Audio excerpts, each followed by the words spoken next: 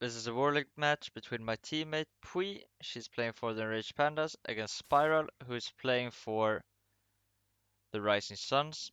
Spiral is one of the Rising Suns' best players, who is right now 6-2 in the Warlick, which makes them one of the 14 best performers, I believe, in the Warlick so far.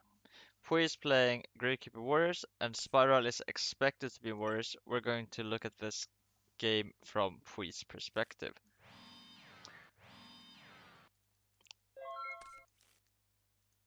So, what do you do here? I think Summon War Lady Swing makes a lot of sense. You could also go for Kaiko or even Necrovalley Spear Soldier.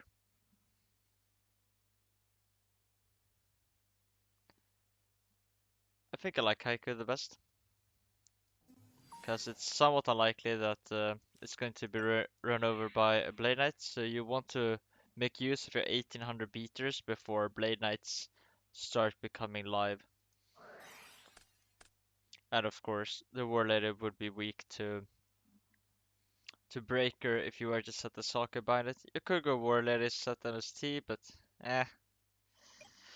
And of course, Necrovaler plus Spear Soldier is extremely weak to Breaker. That's just backbreaking. So I like this. This MST is played here to protect the Saku from a Dust Tornado MST. I think it's fine. I don't know how much research Pui did. If she knows that Spiralis has not played Jar of Greed in the past, I don't know. But I think the MST there is fine if you have reason to believe there's no Jar. Of course, there was a lot of lag in this game, and as such, the match was postponed after game one. But I thought game one was so good that I'll just show off game one. I think that's a format I'm going to use more in the future, where I just look at one game instead of the entire match, for the purpose of having the matches go by faster. So it's interesting that Spiral chose to Saku the Kaiko, and now has access to a Blade Knight. Often you want to not use your battle traps on 1800 beaters in these matchups, but run them over with Blade Knight. Maybe it wasn't apparent to Spiral that they were going to be able to run it over with the Blade Knight or threaten to. Or maybe they had another reason. We, of course, uses the Saku. Now goes for the Spear Soldier. I'm not sure how I feel about this. I think I might just summon the Warrior Lady here to play around the Breaker. Then again, you could argue there isn't a Breaker, because it might have come down the previous turn. This is fine, of course, but I'm not sure what I would have done. When these decision points are so marginal, I'm not gonna. I'll give the players the benefit of the doubt, because honestly, it's so hard to say. Okay, this looks like a clear Excel Force. You could go Warrior Lady. I think I prefer Excel Force, because in the scenario where Spiral doesn't have a follow-up monster, you want to be able to summon Warrior Lady and start attacking, I think. Okay, Fui disagrees. Once again, somewhat marginal. Of course, players were lagging a bit. Spyro plays the MST to utilize the premature burial, and I think this is kind of what makes or break this matchup game one, is how much value the Necrovalleys are doing for Pui. Because right now the players have traded 1-for-1, I think 7 times. And in the scenario where you're left with a Necrovalley that's not doing anything, Pui is probably gonna be losing that game. But in the scenario where Necrovalley is perhaps blanking a couple of cards, a revival, maybe BLS, and it's pumping up the Gravekeepers, making them trade up, then of course it's very good. I think overall it's more a liability, but there are scenarios where it's definitely useful. So yeah, that turn was there wasn't much of a decision there for Pui. She decides to summon Spire to play around Knock. Also plays around like if this top deck card would be a swordsman. I think it's Somewhat marginal, but because you have the battle trap behind it, I think it's fine. But overall, I think an attack position spy, it's not looking great because it dies to all the 1800 beaters. But I think it's fine. Normal summoning it.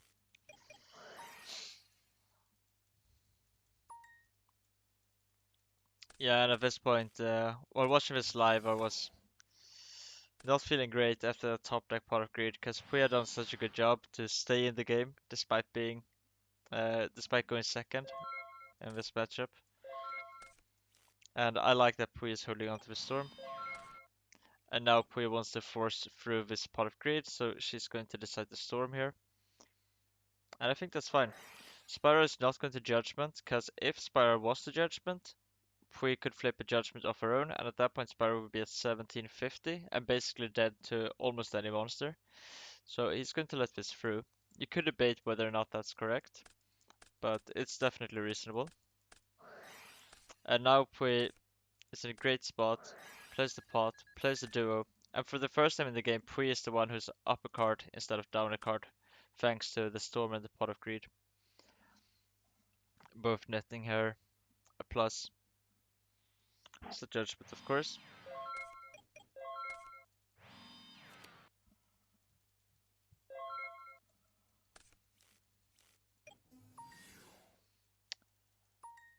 I think you mirror force here every time.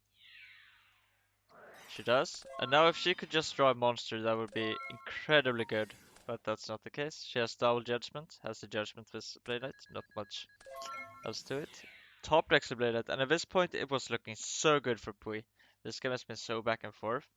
Both players have played well, exchanged cards like crazy, and now it started to look really good for Pui. But of course, Spiral had the Blade Knight of their own. Pui decides not to judgment this, which I think is crazy disciplined. Uh, yeah, that's just insane. But you could argue that you should save his judgment for either when you're losing or for a snatch. Well, a snatch means that you're losing, so I think, yeah, I think that's fine. You could discuss whether you should judgment here or not. Pri decided not to, and Spiral did have the snatch, so she was rewarded. She would have lost the game if she had flipped the snatch there. Blade has trade off, and at this point this is top deck war for the win. And Pri draws nothing. Draws a snatch. She's going to decide to set it, I think. Which I believe.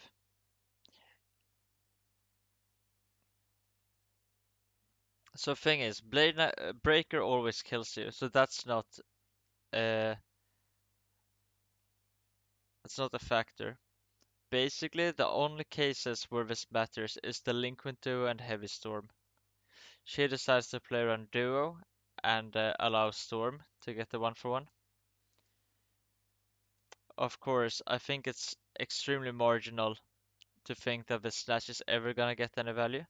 So I think setting it probably is better, because if Spiral draws Storm and then you draw a real back row, if you argue the Snatch isn't a real card, because it's so hard to get value with such a low life total.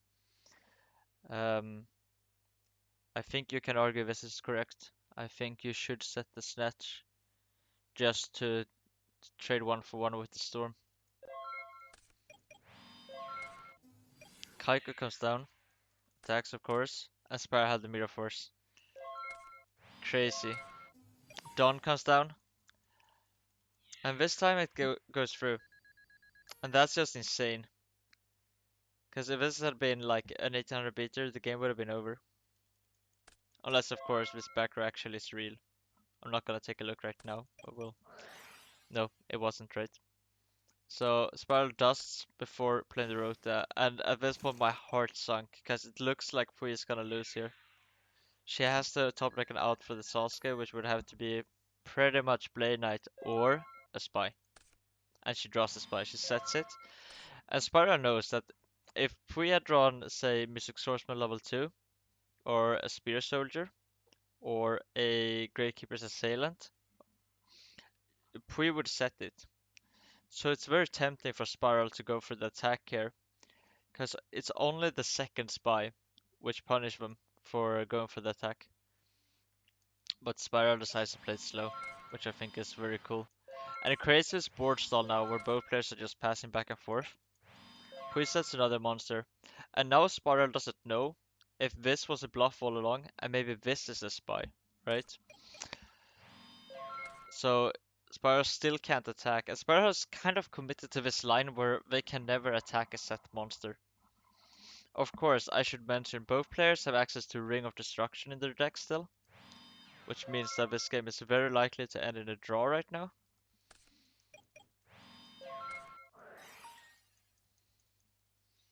Yeah, both players are just passing back and forth because Spiral just refuses to attack into these sets. Pre decides to wait a turn with his Graceful, which I agree with. I think you could argue setting with Dust Shield is a bit optimistic. You're very rarely going to trade for an MST or a Dust Tornado, since one of each has already been used. So I think I might have held on to that Dust Shield, but I understand the thought process behind setting it. Also, just having a bluff there, you could argue, uh, keeps you alive. I don't think that's the case. I would probably have held on to it. Very marginal, of course.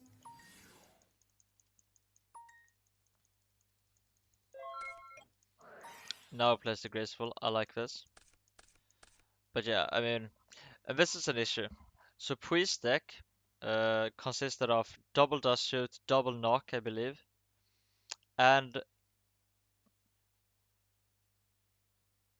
probably some copy of Necro Valley as well, if I had to guess. I'm not sure. So this is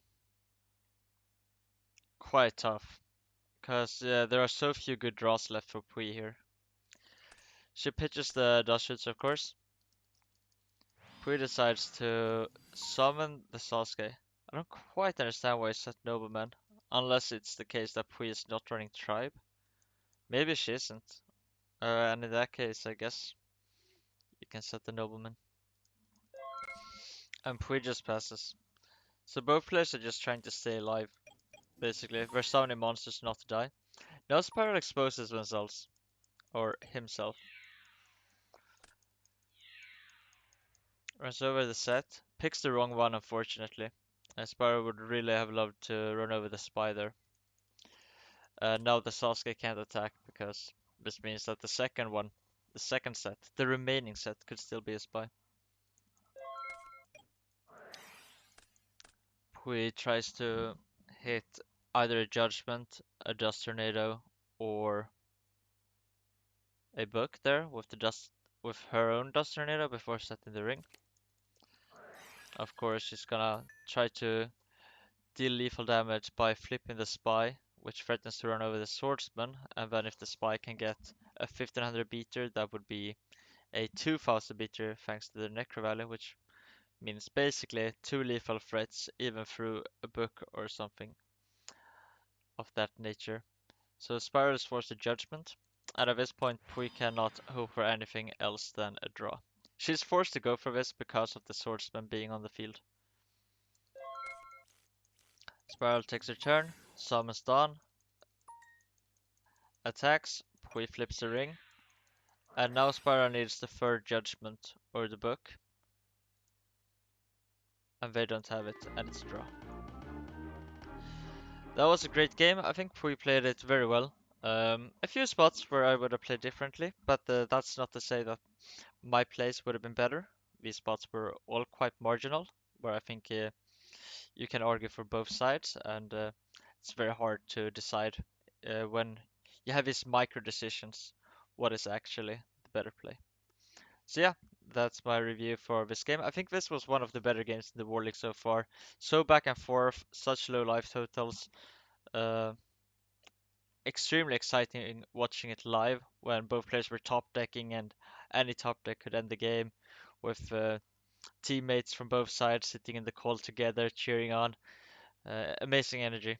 So yeah, great game. Thanks to Spyro and Pui for entertaining us with such a great effort.